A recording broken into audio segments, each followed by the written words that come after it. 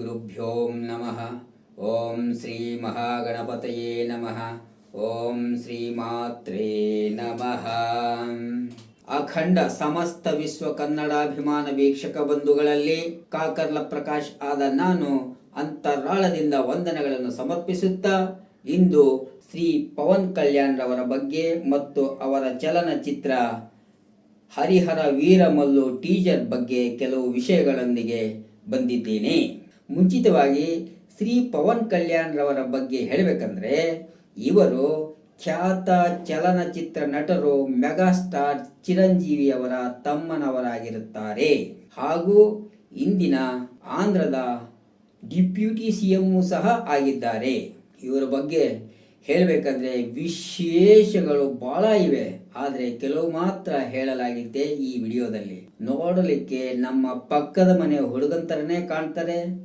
ಇವರ ಚಲನಚಿತ್ರಗಳು ಯೂತ್ ಅಲ್ಲಿ ಮಹಾ ಕ್ರೇಜ್ ಅನ್ನು ಹೊಂದಿರುತ್ತವೆ. ಇವರ ಚಿತ್ರಗಳನ್ನು ನೋಡಿದರೆ ಅಭಿಮಾನಿಗಳು ತಮ್ಮನ್ನು ತಾವು ಹೋಲಿಸಿಕೊಳ್ಳುತ್ತಾರೆ. ಅಣ್ಣ, ತಮ್ಮ ಅಥವಾ ತಾನೇ ಅಂತ ಭಾವಿಸಿಕೊಳ್ತಾರೆ. ಆ ಚುರುಕಾದ ನಟನೆ, ಆ ಕಣ್ಣಲ್ಲಿ ಚುರುಕುತನ, ಧರಿಸುವ ಡ್ರೆಸ್ಸುಗಳು, ಆ ಡಿಫರೆಂಟ್ ಸ್ಟೈಲು, ಆ ಡಿಫರೆಂಟ್ ಡೈಲಾಗ್ ಡೆಲಿವರಿಗಳು, ಓವರ್ ಆಕ್ಷನ್ ಇಲ್ಲದೆ ಸಿಂಪಲ್ ಆಕ್ಟ್ ಇಂದ ಮನಸ್ಸನ್ನು ಮೈ ಜಡಿಸುವಂತೆ ಮಾಡುವುದು, ಡಿಫರೆಂಟ್ ಆಗಿ ಫೈಟ್ಗಳನ್ನು ಮಾಡುವುದು, ಇವೆಲ್ಲವೂ ಸೇರಿ ಅಭಿಮಾನಿಗಳ ಅಭಿಮಾನ ಕಟ್ಟೆ ಹೊಡೆಯೋ ಹಾಗೆ ಮಾಡುತ್ತೆ. ಇವರ ಕಾಲ್ ಶೀಟ್ ಸಿಕ್ಕಿದ್ರೆ ಸಾಕು, ಪ್ರೊಡ್ಯೂಸರ್ಗಳಿಗೆ ಮಹಾಲಕ್ಷ್ಮಿ ಮನೆಗೆ ಬಂದಂತಾಗುತ್ತೆ, ಜನ್ಮನೂ ಧನ್ಯವಾಗುತ್ತೆ. ಇವರ ಮುಖ್ಯ ವಿಶೇಷ ಏನೆಂದರೆ ಬೇರೆ ಧರ್ಮವನ್ನು ಟೀಕಿಸದೆ ತನ್ನ ಹಿಂದೂ ಧರ್ಮವನ್ನು ಇನ್ನಷ್ಟು ದೃಢಪಡಿಸುವ ಶೈಲಿ ತುಂಬಾ ಶ್ಲಾಘನೀಯ. ಅಣ್ಣ ಚಿರಂಜೀವಿಯವರು ಸ್ವಂತ ಪಕ್ಷ ಮಾಡಿದಾಗ ಇವರು ಸಹ ಮುಖ್ಯ ಪಾತ್ರವನ್ನು ಹೊಂದಿದ್ದರು.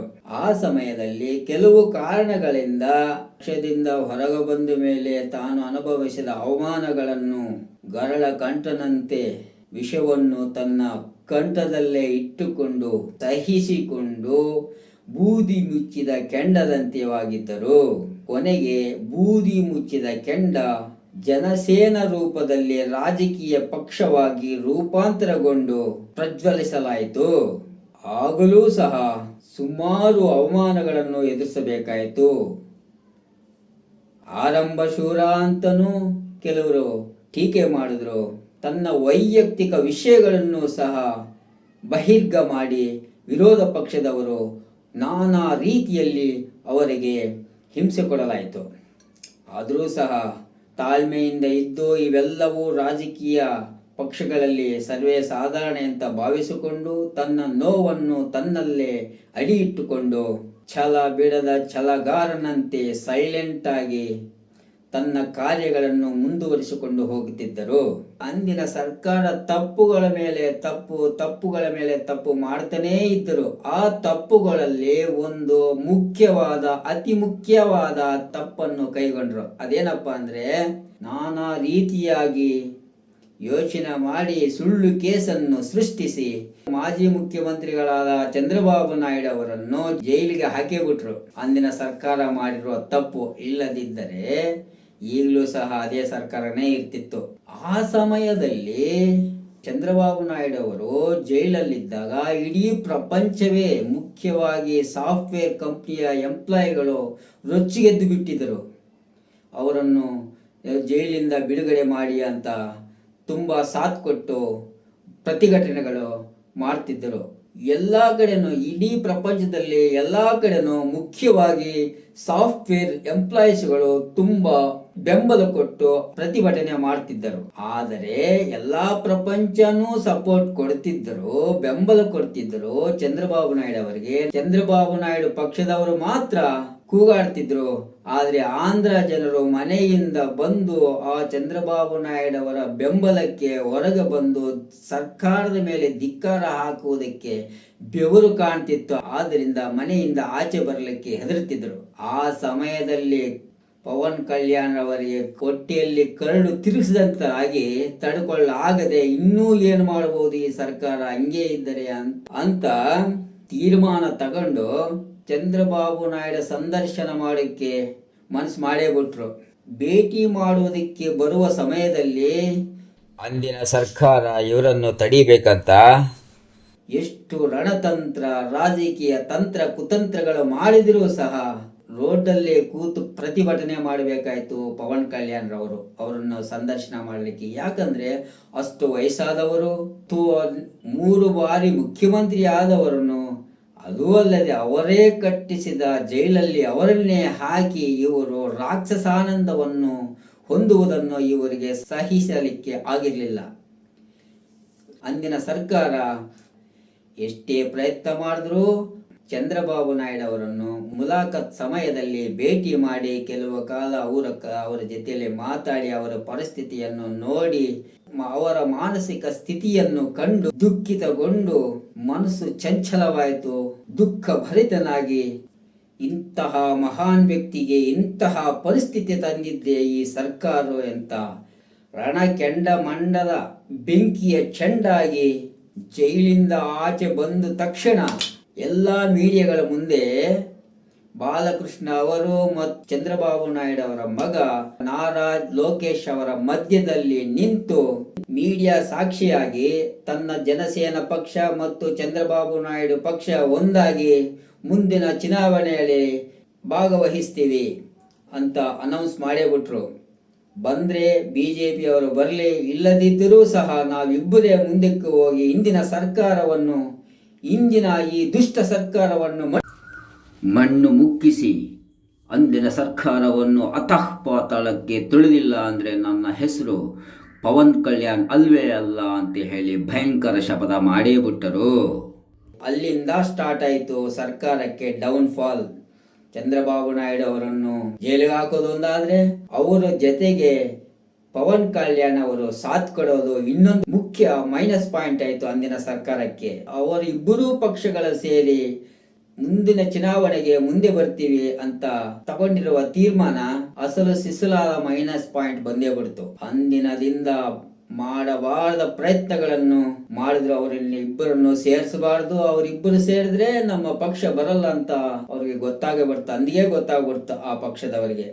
ಆ ಕ್ಷಣದಿಂದ ಅವರಿಬ್ಬರನ್ನು ಬೇರೆ ಮಾಡುವುದಕ್ಕೂ ಎಷ್ಟೋ ಪ್ರಯತ್ನಗಳು ಮಾಡಿದ್ರು. ಆದರೂ ಸಹ ಅವರು ತಗೊಂಡಿರುವ ನಿರ್ಧಾರವನ್ನು ಹಿಂದಕ್ಕೆ ತಗೊಂಡೇ ಇಲ್ಲ. ನಾನು, ನನ್ನ ಜನ, ನನ್ನ ದೇಶ ಮುಖ್ಯ, ನನ್ನ ಧರ್ಮ ಮುಖ್ಯ ಅಂತ ತೀರ್ಮಾನ ತಗೊಂಡ್ರು. ಮುಂದಕ್ಕೆ ನುಗ್ಗೇ ಬಿಟ್ರು. ಕೊನೆಗೆ 2024ರಲ್ಲಿ ನಡೆದಿರುವ ಚುನಾವಣೆಯಲ್ಲಿ ಬಿಜೆಪಿ, ಟಿಡಿಪಿ ಮತ್ತು ಪವನ್ ಕಲ್ಯಾಣ್ ಅವರ ಜನಸೇನಾ ಪಕ್ಷ 3 ಜನ ಸೇರಿ ಕೂಟಮಿಯಾಗಿ ಅಂದಿನ ಸರ್ಕಾರವನ್ನು ಮಣ್ಣು ಮುಗಿಸೇ ಬಿಟ್ರು. ಕೊನೆಗೆ ಯಾವ ಮಟ್ಟಕ್ಕೂ ಅಂದರೆ ಅವರಿಗೆ ವಿರೋಧ ಪಕ್ಷಕ್ಕೆ ಬೇಕಾಗಿರುವ ಬಲನೂ ಸಿಕ್ಕಲಿಲ್ಲ. ಅಷ್ಟೊಂದು ಕನಿಷ್ಠಕ್ಕೆ ಬಿದ್ದೋಯ್ತು ಅಂದಿನ ಸರ್ಕಾರ. ಕೂಟಮಿ ಗೆದ್ದಿದ್ದಲ್ಲದೆ ಇವರು ಪಕ್ಷ 100ಕ್ಕೆ 100ರಷ್ಟು ಸ್ಥಾನಗಳನ್ನು ಗೆಲ್ಲಿಸ್ಕೊಂಡ್ರು. ಆಗ 2 ಕಡೆ ನಿಂತಿದ್ದ ಇವರು 2 ಕಡೆ ಸೋಲ್ತಿದ್ರು. ಈಗ 100ಕ್ಕೆ 100ರಷ್ಟು ಎಲ್ಲ ಸೀಟುಗಳನ್ನು ಗೆದ್ದೇ ಬಿಟ್ರು. ಎಲ್ಲಿ ತಲೆ ತಗ್ಸ್ಬೇಕೋ ತಗ್ಸಿದಾನೆ, ಎಲ್ಲಿ ಗೆಲ್ಲಬೇಕೋ ಗೆದ್ದಿದ್ದಾನೆ. ಅಂತಹ ವ್ಯಕ್ತಿತ್ವ ಆಗ ಆ ಕೂಟಮ ಸರ್ಕಾರದಲ್ಲಿ ಇವರಿಗೆ ಸಿಕ್ಕಿರುವ ಸ್ಥಾನ ಏನು ಗೊತ್ತಾ? ಉಪಮುಖ್ಯಮಂತ್ರಿಗಳು, ಡಿಪ್ಯೂಟಿ CM ಆಗಿ ಮಿಂಚೇ ಬಿಟ್ರು. ನೋಡಿದ್ರಾ, ಒಬ್ಬ ಮನುಷ್ಯ ತೀರ್ಮಾನ ತಗೊಂಡ್ರೆ ಎಷ್ಟು ತಾಳ್ಮೆ ಇರಬೇಕು, ಎಷ್ಟು ಕಷ್ಟ ನಷ್ಟ ನೋವುಗಳನ್ನು ಅನುಭವಿಸಬೇಕು. ಎಲ್ಲ ಕಷ್ಟಗಳು ಬಂದರೂ ಸಹಿಸಿಕೊಂಡ್ರೆ ಏನು ಫಲ ಸಿಗುತ್ತೆ, ಧರ್ಮಕ್ಕೆ ಜಯ ಸಿಗುತ್ತೆ ಅನ್ನುವುದಕ್ಕೆ ಶ್ರೀ ಪವನ್ ಕಲ್ಯಾಣ್ ರವರೇ ಸಾಕ್ಷಿಯಾಗಿ ನಿಲ್ತಾರೆ. ಆದ್ರಿಂದ ಇಂದಿನ ಯೂತ್ ರಾಜಕೀಯ ಪಕ್ಷದಲ್ಲಿ ಸಾಧನೆ ಮಾಡುವ ಇಂದಿನ ಯುವ ಪೀಳಿಗೆಗೆ ಒಂದು ರೋಲ್ ಮಾಡೆಲ್ ಆಗಿ ನಿಂತಿದ್ದಾರೆ. ಒಂದು ಸಾಧಾರಣ ಮನುಷ್ಯ ನಿರ್ಧಾರ ಮಾಡಿದರೆ ಏನು ಬೇಕಾದರೂ ಸಾಧನೆ ಮಾಡಬಹುದು ಅಂತ ಶ್ರೀ ಪವನ್ ಕಲ್ಯಾಣ್ ರವರು ನಿರೂಪಿಸಿದ್ದಾರೆ. ಪವನ್ ಕಲ್ಯಾಣ್ ರವರು ತೆಗೆದುಕೊಂಡಿರುವ ಅಂದಿನ ನಿರ್ಧಾರ ಡಿಲ್ಲಿಯಲ್ಲಿ ಬಿಜೆಪಿ ಸರ್ಕಾರವನ್ನು ಆಂಧ್ರದಲ್ಲಿ ಕೂಟಮಿ ಸರ್ಕಾರವನ್ನು ರಚನೆ ಮಾಡುವ ಶಕ್ತಿಶಾಲಿಯಾದರು ಇವರು. ಅಂತ ಭರತ ಮಾತೆಗೆ ಸಂತಸವಾಯಿತು. ಧರ್ಮ ದೇವತೆ ಶಾಂತಿಸಿತು. ನಮ್ಮ ದೇಶದ ಐಕ್ಯಮತ್ಯವನ್ನು ಮತ್ತಷ್ಟು ದೃಢಗೊಳಿಸಲಾಯಿತು. ಇದರಿಂದ ಪವನ್ ಕಲ್ಯಾಣ್ರವರ ಬಗ್ಗೆ ಈ ವಿಷಯಗಳನ್ನು ಹೇಳಬೇಕಾಯಿತು. ಯಾಕಂದರೆ ಅವರು ಗಮನಿಸ್ತಾ ಬಂದರೆ ಅವರ ಮನಸ್ಸು, ಅವರ ವ್ಯಕ್ತಿತ್ವ ಭಾಳ ಇಷ್ಟವಾಯಿತು. ಇನ್ನು ಸಿನಿಮಾ ವಿಷಯಕ್ಕೆ ಬರೋಣ. ಅಭಿಮಾನಿಗಳ ಒತ್ತಾಯದ ಮೇರೆಗೆ ಪವನ್ ಕಲ್ಯಾಣ್ರವರು ಹರಿಹರ ವೀರಮಲ್ಲು ಚಲನಚಿತ್ರವನ್ನು ಮಾಡುವುದಕ್ಕೆ ಒಪ್ಕೊಂಡೇ ಬಿಟ್ರು. ಆ ಚಲನಚಿತ್ರ ಈ ತಿಂಗಳಲ್ಲಿ ಬರಲಿದೆ. ಅದರ ಪರವಾಗಿ ಈ ಟೀಜರ್ ಬಿಟ್ಟಿದ್ದಾರೆ. ಈ ಚಲನಚಿತ್ರದ ಟೀಜರು ಬಿಡುಗಡೆ ಮಾಡಿದ್ದಾರೆ ಮೀಡಿಯಾದಲ್ಲಿ. ಅದು ಎಷ್ಟು ಮಟ್ಟಕ್ಕಿದೆ ಅಂದರೆ ಬಾಬಾ ಸಖತ್ ಅದ್ಭುತವಾಗಿದೆ. ಆ ಟೀಜರ್ ನೋಡ್ತಿದ್ರೆ ಆ ಬ್ಯಾಕ್ಗ್ರೌಂಡ್ ಮ್ಯೂಸಿಕ್ ಏನು, ಆ ಫೈಟ್ಸ್ ಏನು, ಆ ಡ್ರೆಸ್ಸಸ್ ಏನು, ಅದು ಅದ್ಭುತವಾಗಿದೆ. ಬ್ಯಾಕ್ಗ್ರೌಂಡ್ ಮ್ಯೂಸಿಕ್ಕು ಅದ್ಭುತವಾಗಿದೆ. ಈ ಟೀಜರಲ್ಲಿ ಪವನ್ ಕಲ್ಯಾಣ್ರವರು ಒಂದು ಡೈಲಾಗ್ ಹೇಳ್ತಾರೆ, ನೀವು ಇದಕ್ಕೆ ಮುಂಚೆ ಹುಲಿಗಳನ್ನು ನೋಡಿರಬಹುದು, ಆದರೆ ಆ ಹುಲಿಗಳನ್ನೇ ಭೇಟಿ ಮಾಡುವ ಹೆಬ್ಬುಲಿಯನ್ನು ನೋಡಿಲ್ಲ ಅನ್ನುವ ಡೈಲಾಗು ಸಖತ್ ಬ್ಲಾಸ್ಟ್ ಆಗ್ಬಿಡ್ತು. ಎಲ್ಲ ಜನ ನಾನು ಬರೋದು ಇಷ್ಟಪಡ್ತಾರೆ, ಆದರೆ ನೀವು ಮಾತ್ರ ನಾನು ಬರೋಕ್ಕೆ ಇಷ್ಟಪಡೋದಿಲ್ಲ ಅನ್ನೋ ಡೈಲಾಗು ಕಣ್ಣು ಮಿಟುಕಿಸಿ ಹೇಳ್ತಾರಲ್ಲ, ಅದು ತುಂಬ ಇಷ್ಟವಾಯಿತು. ಆಮೇಲೆ ಆ ಯುದ್ಧ ರೀತಿ ಇದೆಯಲ್ಲ, ಆ ಯುದ್ಧ ಮಾಡಿರೋ ಯುದ್ಧ ರೀತಿ ಭಯಂಕರವಾಗಿದೆ, ತುಂಬ ಚೆನ್ನಾಗಿದೆ. ಆ ಟೀಜರೇ ಅಷ್ಟೊಂದು ಅದ್ಭುತವಾಗಿದೆ. ಇನ್ನು ಪಿಕ್ಚರ್ ಹೇಗಿರ್ಬೋದು? ತುಂಬಾ ದಿನಗಳ ಗ್ಯಾಪ್ ನಂತರ ಪವನ್ ಕಲ್ಯಾಣ್ರವರ ಹರಿಹರ ವೀರಮಲ್ಲು ಬರುವುದರಿಂದ ಟೀಜರ್ ಬಿಡುಗಡೆಯಾದ ನಂತರ ಅಭಿಮಾನಿಗಳು, ವೀರಾಭಿಮಾನಿಗಳು ಆ ಟೀಜರ್ ನೋಡಿದ ಮೇಲೆ ಮನಸ್ಸು ತಾಳ್ಮೆ ತಪ್ಪಿ ತಬ್ಬಿಬ್ಬಾಗಿ ಕುಣಿದು ಕುಪ್ಪಳಿಸುವುದಕ್ಕೆ ತುದಿಗಾಲಿಯಲ್ಲಿ ಕಾದು ನಿಂತಿದ್ದಾರೆ ಚಿತ್ರದ ಬಿಡುಗಡೆಗಾಗಿ ಅನ್ನುವುದರಲ್ಲಿ ಯಾವುದೇ ಸಂದೇಹವಿಲ್ಲ ಮತ್ತು ಮತ್ತೊಂದು ಅತಿಶಯೋಕ್ತಿನೂ ಇಲ್ಲ ಅಂತ ಹೇಳಬಹುದು. ಇದೆಲ್ಲ ನಾನು ಯಾಕೆ ಕೇಳಬೇಕಾಯ್ತಂದ್ರೆ, ಪವನ್ ಕಲ್ಯಾಣ್ ಮೇಲೆ ಒಂದು ಸಣ್ಣ ಆಸೆ. ನಮ್ಮ ಭಾರತದಲ್ಲಿ ಹಿಂದೂ ಧರ್ಮವನ್ನು ಕಾಪಾಡುವ ಮಹಾನ್ ವ್ಯಕ್ತಿಗಳಲ್ಲಿ ಇವರು ಒಬ್ಬರು ಅಂತ ನನ್ನ ನಂಬಿಕೆ. ಆದ್ದರಿಂದ ನಾನು ನೀನು ಏನು ಮಾಡೋಕ್ಕಾಗಲ್ಲ. ಕೆಲವರು ಮಾಡಿದ್ರೇನೆ ಜನ ಮಾತು ಕೇಳ್ತಾರೆ.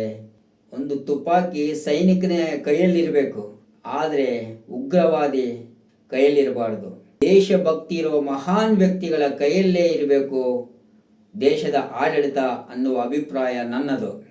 ಏನೇ ಆಗಲಿ, ಸಾಧಾರಣ ವ್ಯಕ್ತಿ ಅಸಾಧಾರಣ ವ್ಯಕ್ತಿ ಹೇಗೆ ಆಗುವುದು ಅಂತೂ ಮಾಡಿ ತೋರಿಸಿಕೊಟ್ಟ ಶ್ರೀ ಪವನ್ ಕಲ್ಯಾಣ್ರವರಿಗೆ ಶುಭವಾಗಲಿ.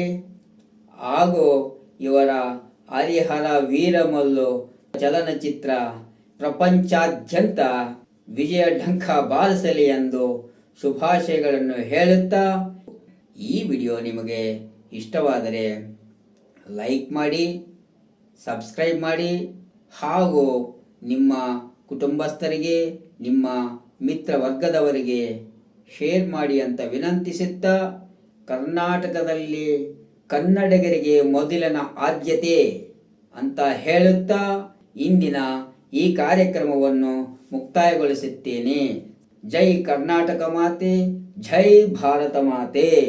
ಸರ್ವೇ ಜನಾಃ ಸುಖಿನೋ ಭವಂತು, ಸಮಸ್ತ ಸನ್ಮಂಗಳಾನಿ ಭವಂತು. ಹರಿ ಓಂ.